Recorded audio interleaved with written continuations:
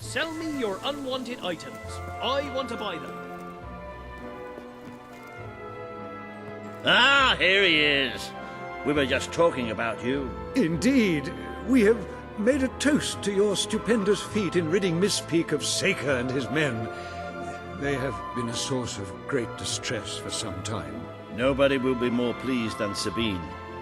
His dwellers might find some peace now. Of course, nobody has suffered more than they. I've been telling Samuel here about the terrible situation they're in. He thinks he may be able to help. Yes, well, perhaps. I mean, of course. The thing is, as I was just explaining to Sir Walter, Brightwall has no overabundance of resources itself. The King's levies are rather steep, and we face shortages more often than is comfortable. But were you to improve things around Brightwall, the people would be most grateful. And when people are grateful, they're also charitable. I'm sure they would find it in their hearts to send aid to those poor people. there you have it. The way I see it, you will need all the followers you can get if you're going to lead a successful rebellion. What better time to start? I heartily agree with Sir Walter. Pardon me for overhearing. As it happens, I've learned of a promising method for a mass...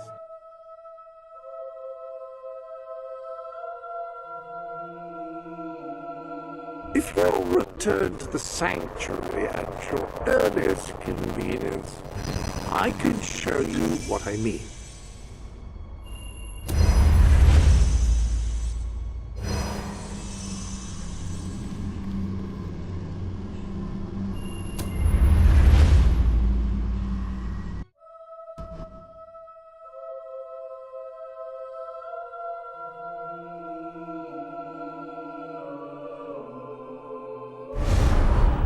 You know, for a town with a famous academy, I haven't exactly noticed an abundance of brainy people.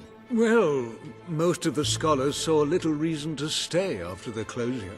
I don't know. This beer seems like a pretty good reason.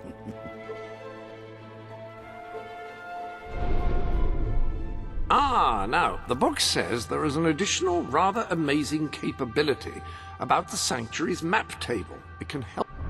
An excellent way to gain followers is by helping villagers in need. Take a closer look at Brightwall and I will explain more. You can now see the villagers in need. You can also see how many followers you must amass to impress Samuel and the people of Brightwall. Select a villager to help. By doing so, you will gain the respect and loyalty of others in the region.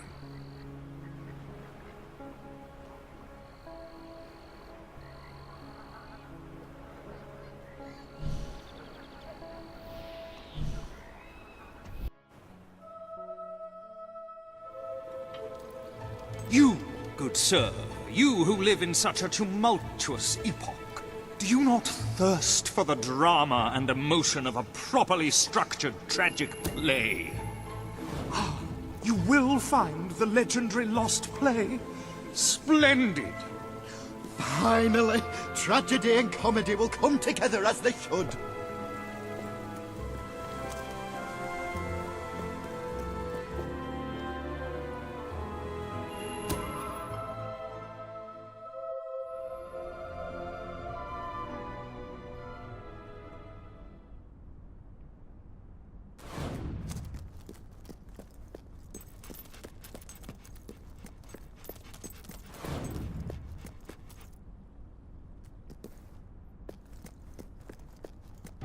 Turn back now, mortal one. Stay away from this accursed Only place. Death and insanity await you. Don't pick it up! No, really, I'm serious.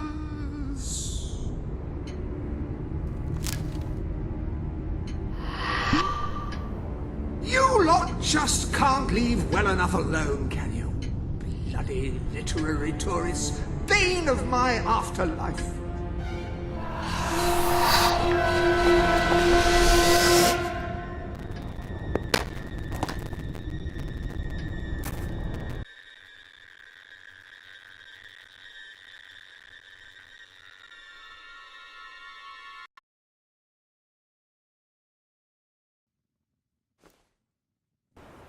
Listen, you. You're not getting my lost plate, you hear? It's rubbish. Worse than rubbish. I mean, what was I thinking mixing tragedy and comedy? I must have been off my rocker. It would seem, my dear fellow, you have been apprehended by the ghost of Philip Morley.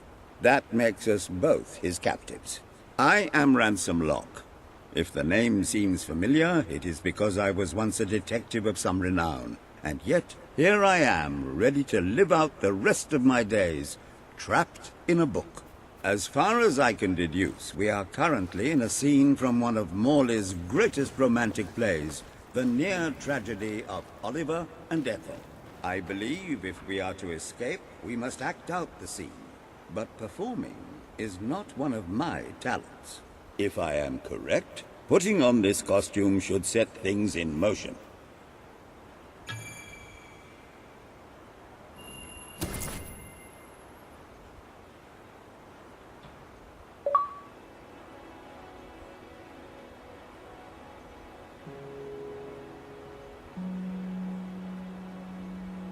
O Ethel, my love, my life, my son, if thou wouldst but give me one sign, one gesture that would speak of your affections, then might I think this grey existence worth living.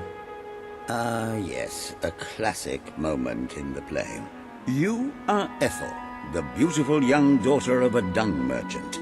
Show Oliver that you love him, and we may be able to leave this scene.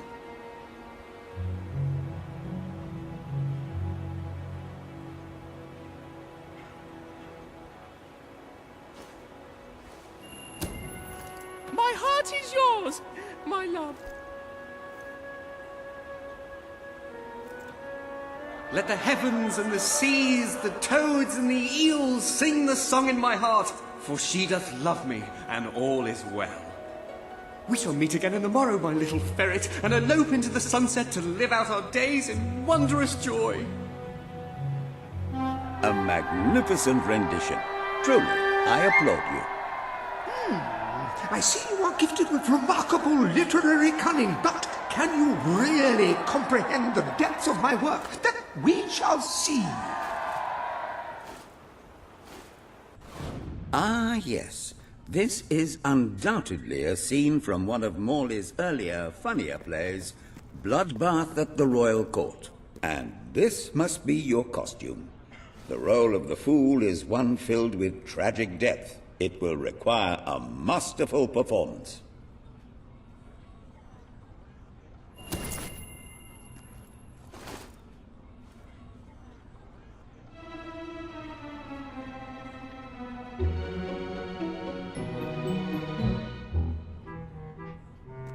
What fresh insolence is this? Out of my throne, you impertinent buffoon!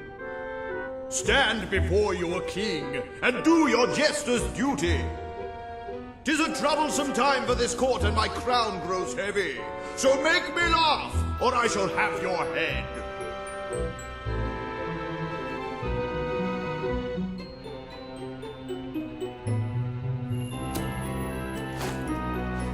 Kuchi-kuchi-goo.